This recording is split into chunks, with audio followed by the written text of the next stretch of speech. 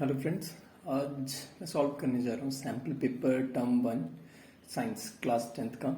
तो first of all अगर आप जनरल इंस्ट्रक्शंस पे स्टार्ट करते हैं, 24 क्वेश्चन है ए सेक्शन में, 24 क्वेश्चन सेम बी सेक्शन में भी है और सी सेक्शन में भी देखेंगे। तो 12 क्वेश्चन इसमें से आपको सिर्फ 10 अटैम्प्ट करने हैं, मतलब 20-20-10 50 क्वेश्चन ऑल ओवर अटैम्प्ट करने हैं आपने। और जितने भी सारे क्वेश्चंस हैं वो इक्वल मार्क्स हैं, कोई नेगेटिव मार्किंग नहीं है। बहुत अच्छी बात है कि तो आप एक अंदाजा से भी अपने क्वेश्चंस को टिक कर सकते हैं। तो स्टार्ट करते हैं सेक्शन ए से। सेक्शन ए में अगर आप देखोगे question, Rimo took 15 ml of lead nitrate solution in a beaker and added approximately 4 ml of potassium iodide solution to it. What would she observe? क्या एक्चुअली वो जानना चाहते हैं कि आप ऑब्जर्व करेंगे वो। तो ऑब्जर्व में अगर आप ध्यान से देखोगे तो कलर पूछ रहा है वो मेन। तो ऑब्वियसली लेड नाइट्रेट एक ग्रेइश कलर का कंपाउंड होता है, पोटेशियम आयोडाइड, आयोडीन मोस्टली सबने देखा है, नमक तो ब्राउनिश कलर का होता है। तो ऑब्वियस है येलो प्रेसिपिटेट फॉर्म रहेगा, क्योंकि ब्राउन एंड अगर आप ग्रे या व्हाइट को मिला तो थोड़ा सा लाइटर कलर का हो जाता है। तो yellow precipitate is formed. Next question में अगर हम जाएंगे, identify gas in the following statement. First of all experiment, ये अगर आपने बुक में ध्यान से पढ़ा होगा तो आपके फर्स्ट चैप्टर में इसमें बिल्कुल क्लियर है, पॉपिंग साउंड हाइड्रोजन गैस, क्योंकि कोई भी मेटल अगर एसिड के साथ रिएक्ट करेगा तो वो सॉल्ट प्लस गैस को रिलीज करता है। तो hydrogen gas is the answer, no doubt.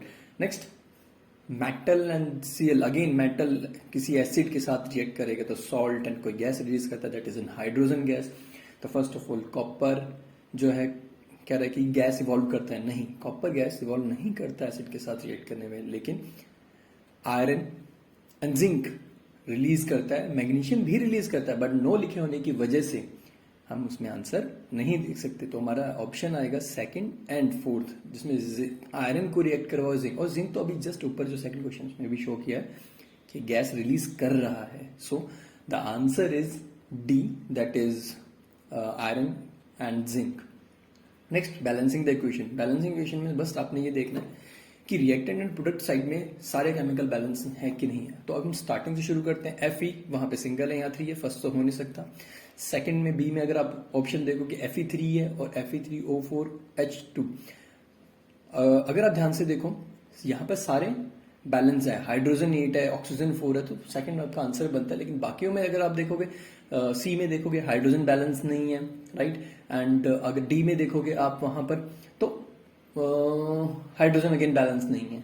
तो ऑब्वियस है B is the correct answer. इसमें बस आपने ये देखना है कि सबसे पहले मेन कंपाउंड आयरन उसको देखो, देन उसके बाद बाकी चीजों को देखोगे तो आपको ऑटोमेटिकली पता रहेगा नंबर ऑफ क्वांटिटी कितनी है किसकी, तो वो रिएक्टेंट एंड प्रोडक्ट में इक्वल होनी चाहिए। नेक्स्ट, फिफ्थ क्वेश्चन में बताते हैं graph. Actually first of all graph actually है किस चीज का? Graph given below depict a neutralization reaction. Obvious है हम किसी भी एसिड और बेस को, alkali is also known as a base, हम उसे बेस भी कहते हैं, तो एसिड और बेस को कभी भी रिएक्ट करोगे तो ऑब्वियस है सॉल्ट एंड वाटर रिलीज होएगा। बट यहां पर ए बी सी डी है, उसमें से पूछा क्या, which letter denote the area of graph where both acid and salt are present. लेकिन इसमें कौन सा ऐसी जगह है जहां पर एसिड और सॉल्ट दोनों प्रेजेंट होंगे? फर्स्ट ऑफ ऑल अगर मैं ये रिएक्ट करूंगा एसिड सॉल्ट, डी ऑप्शन बनेगा। डी में क्यों होगा? अगर आप ध्यान से देखो, फर्स्ट ऑफ ऑल एसिड पूछ रहा है वो, एसिड डी ऑप्शन में होगा। और स्ट्रॉन्ग एसिड में ये मोस्टली देखा गया है कि उसमें सॉल्ट और एसिड अलग हो जाता है, तो इसमें सॉल्ट और एसिड का जो है वो रिप्रेजेंट करता है डी ऑप्शन, राइट। तो नेक्स्ट ऑप्शन पे जाते हैं, सिक्स्थ। Okay, quite interesting. ये आपने एक्सपेरिमेंट में देखा होगा कि in the reaction of iron and copper sulphate solution, जिसमें हमने आयरन डिप करी है, ऐसा एक रिएक्शन भी है इसमें। Which option given table correctly represent the substance oxidized and the reducing agent? तो अगर हम स्टार्टिंग से ऑप्शन से ए बी सी डी में से चूज करके हमने ऑब्वियसली देना है, तो ऑब्वियस है आयरन। अगर इस रिएक्शन में ध्यान से देखिए, ऑक्सीडेशन मतलब addition of oxygen, oxidize reducing agent, जिसकी वजह से सेकेंडरी कंपाउंड में या एटम में एलिमेंट में रिडक्शन हो रही है या फिर कोई चीज रिमूव हो रही है।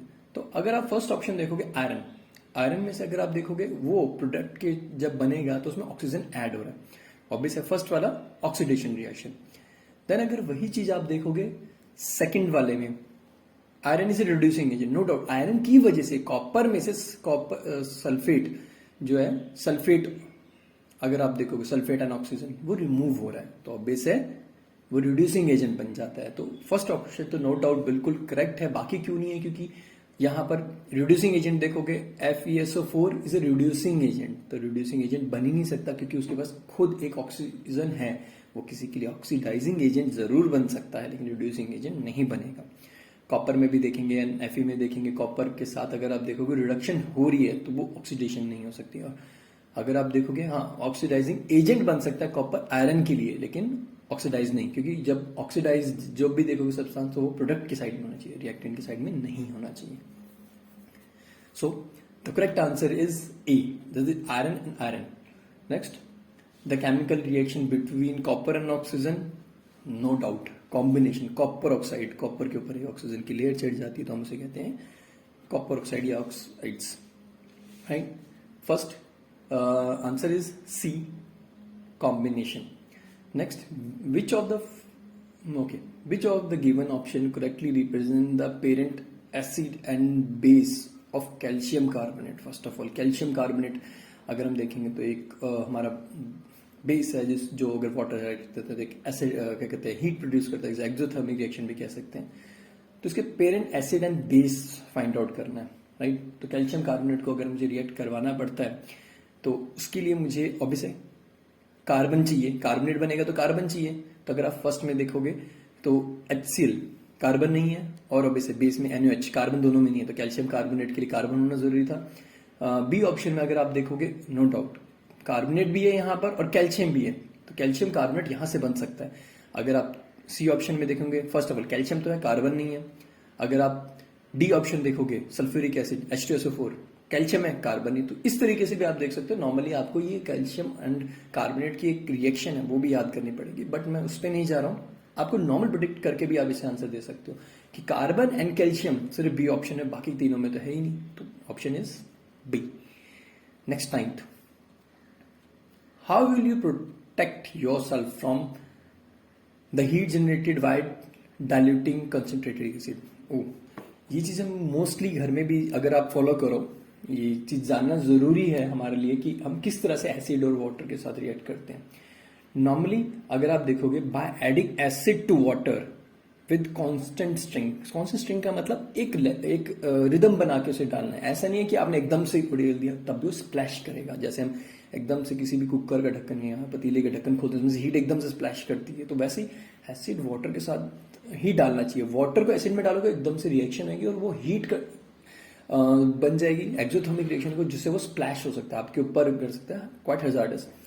तो ये हमेशा नॉर्मल लाइफ में भी आना है, adding acid to water with constant string. Constant string मतलब एक रिदम में ड्रॉप बाय ड्रॉप डाल सकते हो आप, और उसे मिक्स करते रहना। स्टेरिंग मतलब उसे मिक्स करना, sorry I pronounce wrong.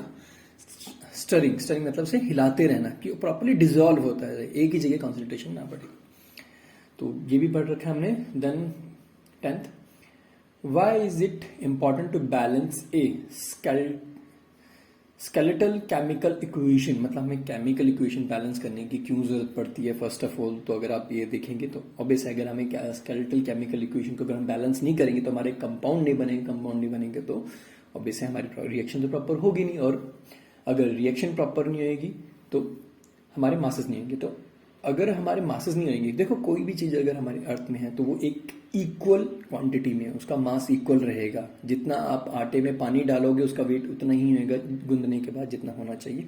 So to verify the law of conservation of mass, इसलिए हमें बैलेंस करना पड़ता है कि लॉ ऑफ कंजर्वेशन मास ये कहता है कि neither be created not be destroyed. कोई चीज भी कभी भी क्रिएट नहीं कर सकते आप, ना डिस्ट्रॉय कर सकते हो। आप उसको रिक्रिएट कर सकते हो, उसकी उसकी डिजाइन बदल सकते हो, उसकी उसकी देखने का तरीका इस्तेमाल करने का कॉम्बिनेशन करके बदल सकते हो, वो कर सकते हो। जैसे हम प्लास्टिक बनाते हैं, that is a combination of carbon and hydrogen, तो प्लास्टिक बना दिया हमने, उसे पॉलिथीन, तो उस तरह से। तो लॉ ऑफ कंजर्वेशन ऑफ मास जिसकी वजह से हम ये यूज करते हैं। तो करेक्ट आंसर इज सी।